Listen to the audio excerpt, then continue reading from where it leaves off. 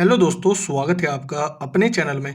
दोस्तों, आज हमारी पॉलिटी की एमसीक्यू सीरीज का 18 पार्ट है और आज हम इस वीडियो में नागरिकता से संबंधित एमसीक्यू देखने वाले हैं। चलिए आज की वीडियो स्टार्ट करते हैं।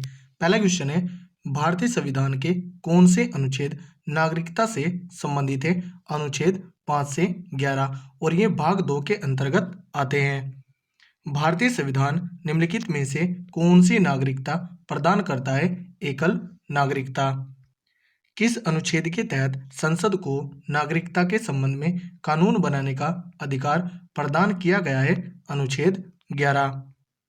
भारतीय नागरिकता नहीं प्राप्त की जा सकती है भारतीय बैंक में धन जमा करके। देशीयकरण द्वारा नागरिकता प्राप्ति का एक तरीका क्या है? विदेशी पुरुष से विवाह करने पर। नागरिक बनने की निम्नलिखित शर्तों में एक आवश्यक शर्त क्या है?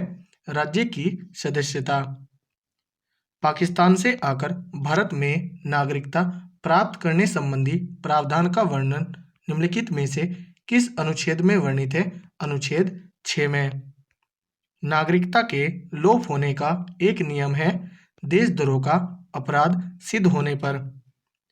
एक व्यक्ति नागरिकता के अधिकार कैसे खो सकता है? एक कारण हो सकता है ऑप्शन बी, एक व्यक्ति दूसरे राज्य की नागरिकता ले लेता है। निम्नलिखित में से कौन सी शर्त भारत की नागरिकता प्राप्त करने के लिए नहीं है? ऑप्शन डी, संपत्ति स्वामित्व। भारत की नागरिकता निम्नलिखित में से किस प्रकार प्राप्त की जा सकती है? जन्म से की जा सकती है, देशीयकरण द्वारा की जा सकती है, वंशानुक्रम द्वारा भी की जा सकती है। तो ऑप्शन डी राइट आंसर होगा, उपर्युक्त सभी। नागरिकता प्राप्त करने व खोने के विषय में विस्तार से चर्चा कहाँ की गई है? 1955 के नागरिकता कानून में। किसी व्यक्ति की भारतीय नागरिकता निलंबित की जा सकती है? ऑप्शन देखते हैं। यदि कोई व्यक्ति स्वेच्छा से दूसरे देश की नागरिकता ग्रहण कर लेता है, यदि वह नागरिकता के दायित्व से परिचित नहीं है, इससे निलंबित नहीं होती। यदि भारत सरकार को यह विश्वास हो जाए कि नागरिकता छलपूर्वक प्राप्त की गई है, यदि कोई व्यक्ति जन्म से देश का नागरिक है किंतु किसी विदेशी राष्ट्र से युद्ध के दौरान वह शत्रु की सहायता पहुंचाने की गतिविधियों में लिप्त पाया जाता है, तो 1, 3 और 4 से किसी व्यक्ति की भारतीय नागरिकता निलंबित हो जाती है। तो यहाँ पर आंसर होगा ऑप्शन सी, 1, 3 एवं 4। नागरिकता संशोधन अधिनियम 1992 के अनुसार भारत के बाहर पैदा होने वाले बच्चे को यदि उसकी मां भारतीय है तो उसे भारतीय नागरिकता प्राप्त होगी। ऑप्शन सी राइट आंसर होगा। कितने वर्षों तक लगातार बाहर रहने पर नागरिकता समाप्त हो जाती है? 7 वर्ष तक। ऐसे सभी व्यक्ति जो खाली स्थान या उसके पश्चात भारत में जन्म ग्रहण किया हो, उन्हें जन्मजात भारतीय नागरिक समझा जाएगा। 26 जनवरी 1950। निम्न में से किस स्थिति में किसी भारतीय व्यक्ति की भारतीय नागरिकता समाप्त हो सकती है? त्यागने पर हो सकती है, वंचित किए जाने पर हो सकती है, व पर्यावसन पर भी हो सकती है। तो ऑप्शन डी राइट आंसर होगा, उपर्युक्त सभी। निम्न में से किस स्थिति में किसी व्यक्ति को भारतीय नागरिकता से वंचित नहीं किया जा सकता है? निर्वाचन के दौरान नहीं किया जा सकता, युद्ध के दौरान नहीं किया जा सकता, आपातकाल के दौरान भी नहीं किया जा सकता। तो ऑप्शन डी राइट आंसर होगा, उपर्युक्त सभी। भारतीय संविधान में नागरिकता के प्रावधान कब लागू हुए? 1949 से। भारतीय संविधान के अंतर्गत भारत के नागरिकों को में कौन से अधिकार प्राप्त हैं जो गैर नागरिकों को नहीं है? ऑप्शन देखते हैं। कुछ सार्वजनिक पदों की पात्रता यह प्राप्त है। संसद व विधानमंडल के सदस्य होने का अधिकार भी प्राप्त है। अनुच्छेद 15, 16 एवं 19 द्वारा प्रदत्त मौलिक अधिकार भी भारत के नागरिकों को प्राप्त हैं। तो ऑप्शन डी राइट आंसर होगा, उपर्युक्त सभी।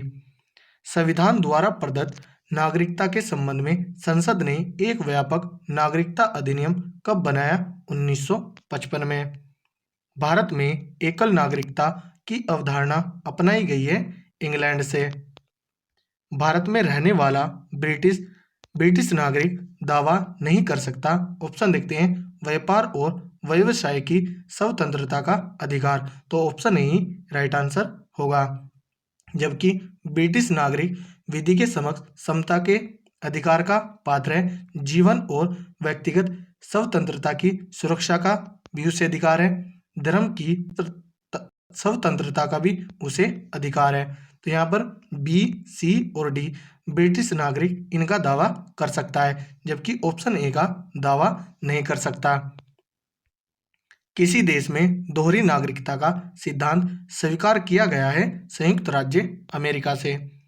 नागरिकता निम्नलिखित में से किन विधियों द्वारा प्राप्त की जा सकती है? कुछ ऑप्शन देखते हैं, जन्म द्वारा प्राप्त की जा सकती है, आनुवंशिकता द्वारा भी की जा सकती है, पंजीयन द्वारा भी की जा सकती है, अनुरोध द्वारा नहीं की जा सकती। तो यहाँ पर कूट देखते हैं, ऑप्शन बी राइट आंसर होगा, 1, 2 और 3। नागरिकता प्राप्त करने के लिए शर्तें निर्धारित करने वाला सक्षम निकाय कौन सा है? संसद। भारत का एक नागरिक अपनी नागरिकता खो देगा यदि वह भारतीय नागरिकता का परित्याग करता हो। जैसे ये स्वेच्छा से अन्य देश की नागरिकता प्राप्त करता है, इससे भी खो देगा। किसी अन्य देश के नागरिक से विवाह करता है, इससे नहीं खो देगा। सरकार की आलोचना करता है, इससे भी नहीं खो देगा। तो 1 और 2 से भारत का नागरिक अपनी नागरिकता खो देगा। कूट देखते हैं, ऑप्शन सी केवल 1 और 2। नागरिकता संशोधन अधिनियम भारत के संविधान के निम्नलिखित में से किस भाग के अंतर्गत आता है? भाग 2 के, और अनुच्छेद 5 से 11 है। तो दोस्तों, यदि हमारी वीडियो अगर आपको अच्छी लगी हो तो कमेंट करके जरूर बताएं। धन्यवाद।